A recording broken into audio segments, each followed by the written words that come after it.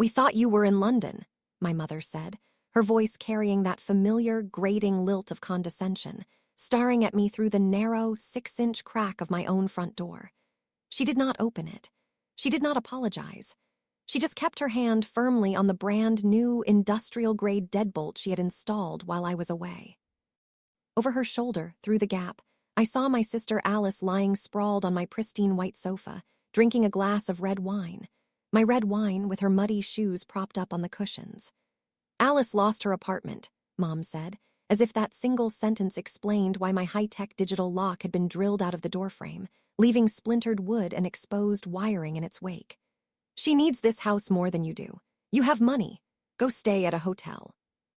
If you have ever felt the blood freeze in your veins, a sensation so cold it burns, then you know exactly what I felt in that moment. They had not just broken in. They had moved in, and they had no intention of leaving. If you've ever been betrayed by the people who are supposed to protect you, if you've ever felt the crushing weight of family entitlement, hit that like button right now. Subscribe, because today we are diving deep into a story of betrayal, gaslighting, and the most satisfying, cold-blooded revenge you could possibly imagine. This is the story of how I reclaimed my home by letting my family destroy themselves. Let me back up. My name is Megan. I'm a corporate crisis consultant. I solve problems for Fortune 500 companies.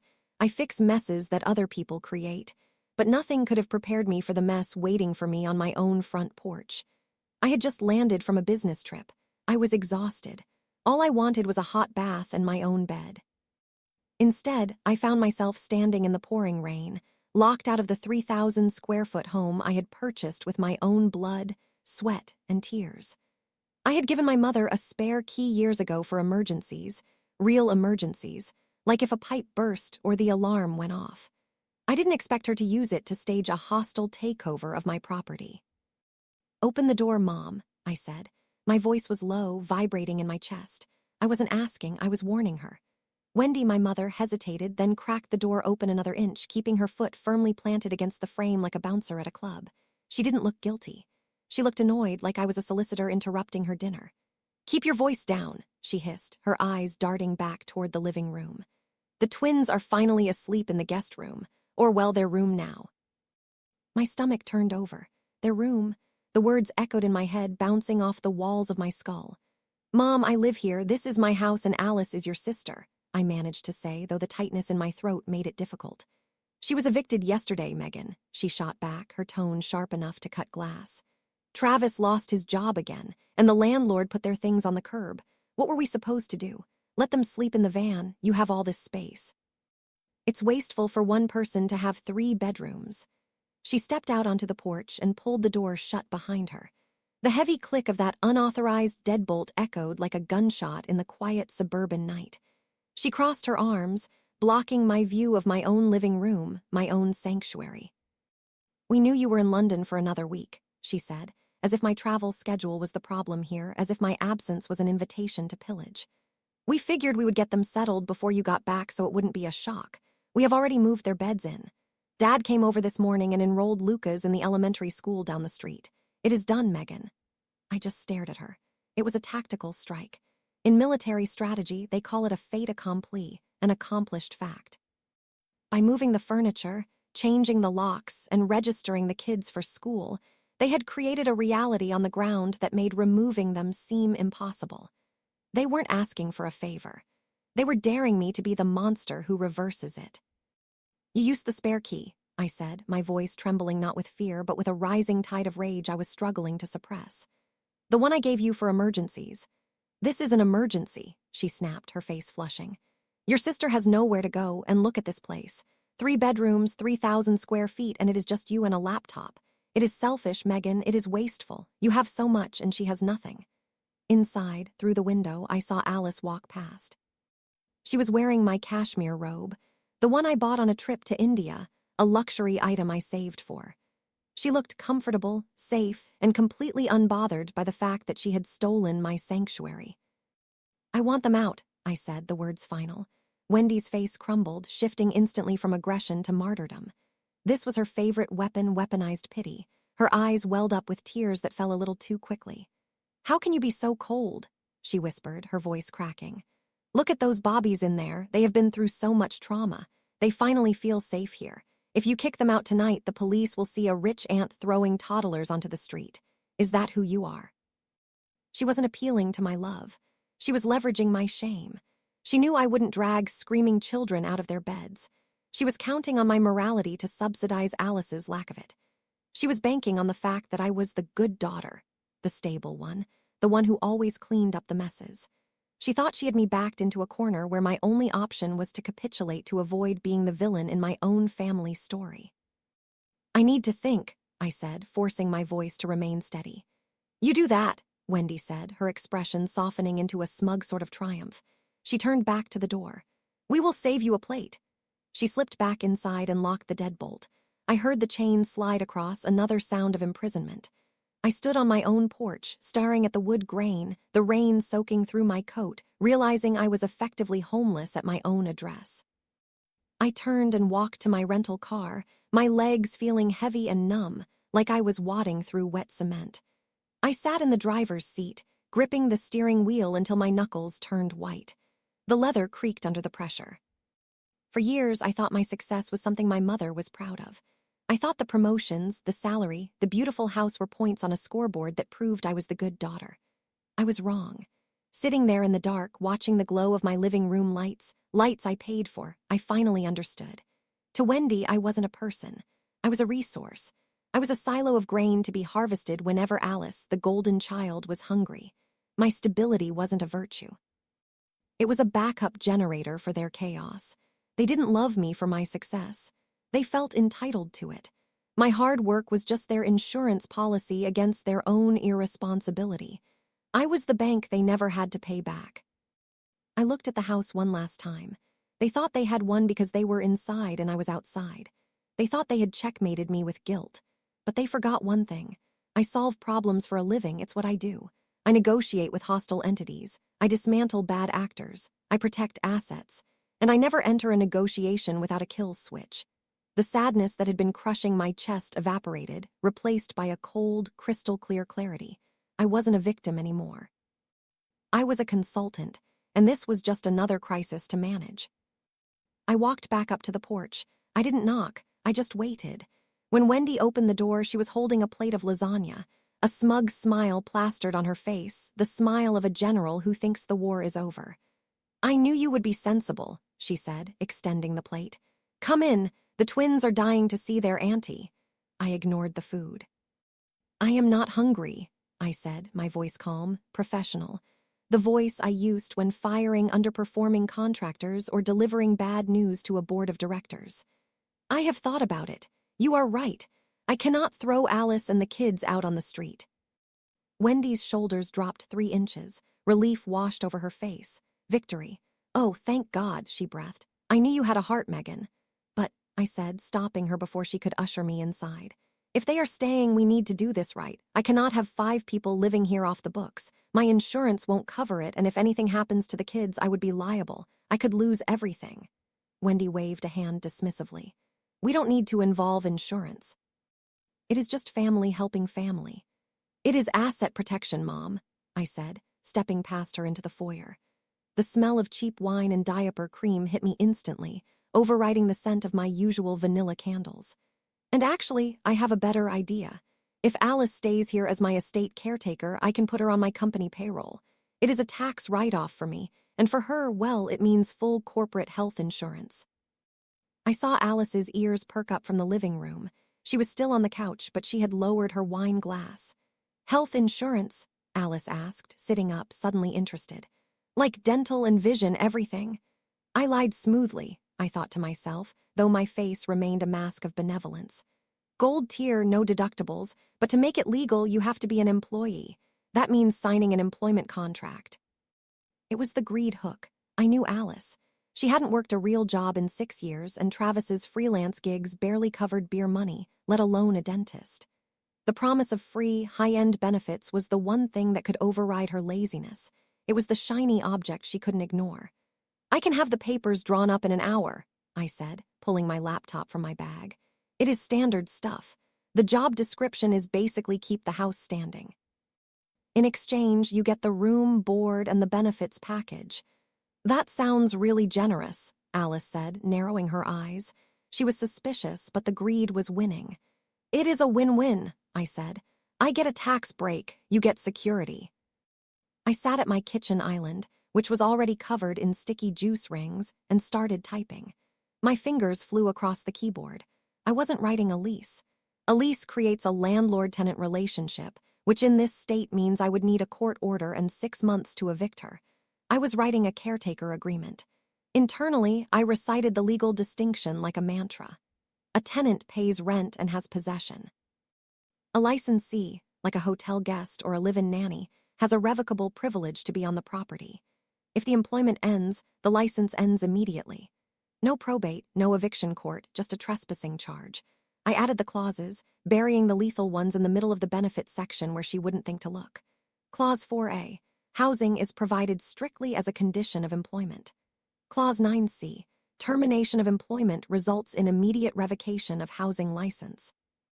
Clause 12, employee consents to 24/7 video monitoring in common areas for asset protection purposes. And the final nail, Clause 15, employee authorizes employer to conduct comprehensive background and credit checks for insurance bonding. I printed it out on my wireless printer, which thankfully they hadn't unplugged. Here, I said, sliding the warm pages across the granite. Sign this and you are covered. Alice picked up the pen. Wendy beamed, looking between us like she had single-handedly brokered world peace. They thought they had just secured a free ride for life. They had no idea they were signing a confession. Alice scanned the document, her eyes darting over the paragraphs like a stone skipping water. She wasn't reading. She was hunting for keywords. Benefits, salary, zero rent. Do I really have to log maintenance hours? She asked, tapping a fingernail on page 3. Travis does most of the heavy lifting. It is just for the IRS audit trail, I said, leaning against the counter, keeping my posture relaxed, hiding the adrenaline spiking in my veins. Put down 5 hours a week watering plants. Checking the HVAC. As long as the paperwork exists, the benefits apply. Wendy hovered over her shoulder, practically vibrating with impatience. Just sign it, Alice. Your sister is offering you a lifeline. Don't pick it apart until it breaks. Alice sighed, the dramatic put-upon sigh of someone being forced to accept charity. She clicked the pen. Fine, but I need the insurance card by Monday. The twins have checkups. Monday, I promised. She pressed the pen to the paper. The blue ink flowed, carving her name onto the signature line. Alice P. Miller. I watched the loops of her handwriting close. It was a fascinating moment. In her mind, she was signing a lease for a free mansion. In the eyes of the law, she was signing a confession that she had no property rights. That signature stripped her of every tenant protection the state offered. She wasn't a resident anymore. She was an employee. And in at-will employment states, you can be fired for any reason at any time. The trap snapped shut the moment she lifted the pen. And here, I said, signing my own name with a flourish. Official. I pulled a slip of paper from my pocket. These are the new door codes. I reactivated the smart locks, the manual deadbolt Mom installed. Let's just keep that unlocked for now, okay? Fire safety. Wendy snatched the paper. See, was that so hard? Now we can all breathe. I have to go, I said, checking my watch. My flight to London leaves in 3 hours and I still need to get to the airport. Go, go, Wendy said, shooing me toward the door. She was already opening the fridge, claiming my territory. We will hold down the fort. Have a safe trip. I walked out the front door, the same one they had barred me from an hour ago. I got into my rental car and drove down the block, parking just around the corner out of sight. I wasn't going to London. I was going to the embassy suites 3 miles away. I pulled out my iPad and opened the security app. The feed from the kitchen camera popped up in crisp 4K resolution. Alice was standing by the kitchen island. She wasn't celebrating. She was rushing to the front door. A moment later, she reappeared on screen, clutching a thick stack of envelopes, mail she must have intercepted from the mailbox while I was arguing with Mom. She didn't open them. She looked over her shoulder, checking if Wendy was watching, and then shoved the entire stack into the back of the pantry, behind the cereal boxes. My eyes narrowed. People don't hide junk mail. They hide warnings. I started the car. The trap was set, but it looked like Alice had already brought her own shovel to dig the grave. I wasn't in London. I was 3 miles away in a junior suite at the Embassy Suites, eating a club sandwich, and watching my life fall apart in 4K resolution. I had set up my command center on the hotel desk. My laptop displayed the security feeds from the kitchen, the living room, and the hallway. The caretaker agreement Alice signed authorized 24/7 video monitoring in common areas for asset protection. She had signed it without reading it, and now that signature was the only thing keeping me sane. On screen, my living room looked like a frat house after a bender.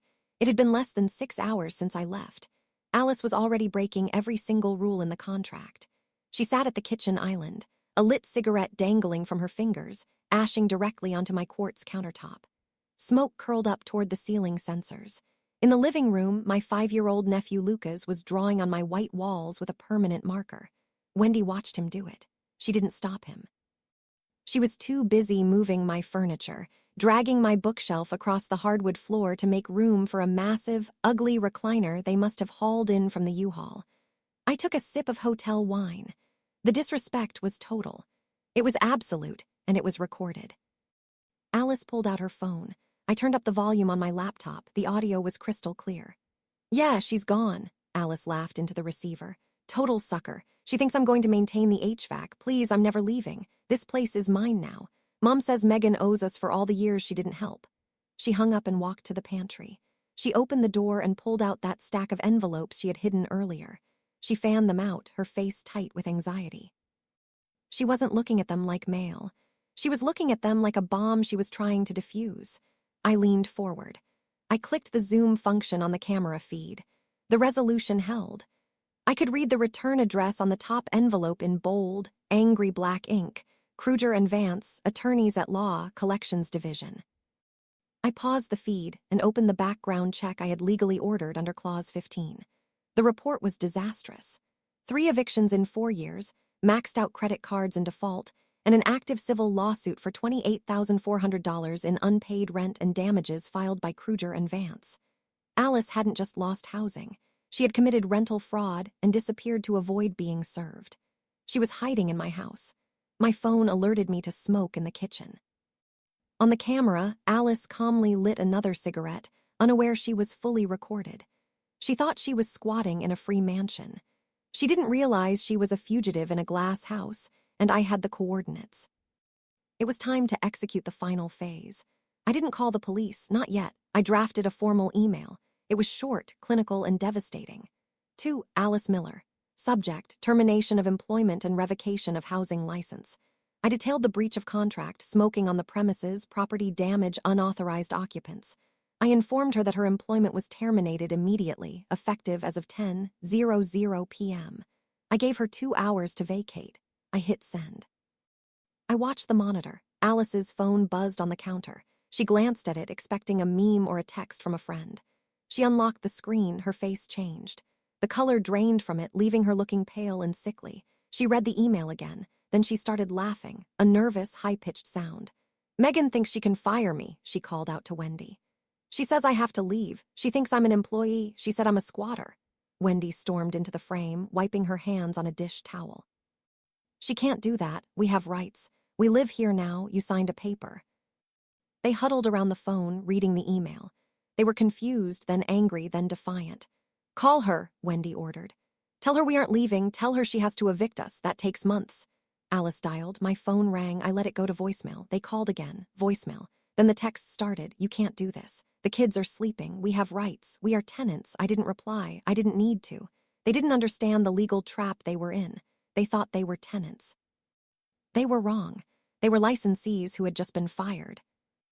I watched them pace the living room, gesticulating wildly. They were trapped in the box I had built for them, but I wasn't done. I opened my smart home app. I toggled the thermostat. Current temperature 72 degrees F, set to 50 degrees F. The house would get cold fast. Then I toggled the smart locks. I didn't lock them out yet. I wanted them to feel the cage first, but I did shut off the internet. The Wi-Fi died instantly. Alice screamed at her phone. "The internet is out. I can't stream anything." Then came the lights. I programmed the smart bulbs in the living room and kitchen to pulse a slow, rhythmic warning red. It was psychological warfare. The house transformed from a cozy sanctuary into a cold, flashing, disconnected bunker. The twins woke up, crying from the cold and the strange, pulsing lights. Alice and Wendy were frantic, running around checking breakers that didn't need checking. They were losing control. They were realizing that this wasn't just a house. It was a machine, and I held the remote. Alice's boyfriend, Travis, walked in from the garage looking annoyed. "Why is it freezing in here?" he grumbled. Alice showed him the email. He read it, his brow furrowing. "She fired you, so what? Just don't leave. Cops won't kick out a mom with kids." He was the final piece of the puzzle. He was the enabler. He was also, according to my background check, the co-defendant in the lawsuit. I knew exactly who I needed to call. I dialed the number for Kruger and Vance, attorneys at law. A paralegal answered. "Hello, this is Megan. I have information regarding the whereabouts of Alice Miller and Travis Connor. They are currently residing at my property, hiding from a service of process for case number 2, 23CV00481. There was a pause on the line. The paralegal's voice sharpened with interest. "We have been looking for them for 3 months. Can you confirm they are on the premises?" "I can confirm it," I said, looking at the 4K feed. "I have visual confirmation. I have a process server code on my gate. I can let them in remotely." "An agent is en route," the paralegal said. "Do not let them leave." I watched the chaos unfold. The house was cold, the red lights pulsing like a heartbeat, the children screaming. Wendy was trying to call a lawyer, but without Wi-Fi and with poor cell service in the rural area, she was struggling. Travis was trying to jimmy the thermostat, not realizing it was controlled remotely. They were rats in a maze. And then the doorbell rang. Everyone froze. Alice looked at the camera by the door. A man in a suit stood there, holding a clipboard. "Open it," I whispered to my screen. "Go on, open the door." Wendy, shivering in her cardigan, walked to the door and opened it. "Can I help you?" she asked, her voice trembling. "Alice Miller and Travis Connor," the man asked. "We need to serve you with papers." Alice shrank back, but Travis stepped forward. "We don't want your papers." "This is a court order," the server said, stepping past them into the foyer. "You have been served. You are required to appear in court regarding the judgment for unpaid rent and damages. Also, this is a notice of garnishment." Garnishment. The word hung in the air. Travis's face went slack. The server placed the documents on the kitchen island right next to Alice's wine glass. "Have a good night," he said, turning and leaving. I watched Alice pick up the papers. She flipped through them. She saw the numbers. She saw the wage garnishment. She saw that there was no way out. She looked at the camera in the corner of the room, the one I had told her about, the one she had agreed to. She stared right into the lens. She knew I was watching. "It's over," she whispered. Travis grabbed his keys. "I'm not staying in this freezer," he snapped. "I'm out." He walked out the door, leaving Alice and the kids behind. The betrayal among thieves was instant. With Travis gone, Wendy looked at Alice, panic etching lines into her face. "We have to go," Wendy said. "The car, get the kids." They scrambled. The defiance was gone, replaced by pure animal survival instinct. They grabbed the crying twins, threw coats over their pajamas, and scrambled for the door. They didn't pack. They didn't clean. They just ran. I watched them load into their van. I watched the taillights fade down the driveway. Then I tapped the button on my app. The smart locks engaged. The security system armed. The red lights stopped pulsing, returning to a soft, welcoming glow. The heat clicked back on. The house was mine again. It was empty. It was quiet. I didn't go back that night. I let the silence settle. I let the house warm up. The next morning, I drove over with a cleaning crew I had hired. The sight that greeted us was exactly what I expected. Trash everywhere, stains on the carpet, the smell of stale smoke. But it was just stuff.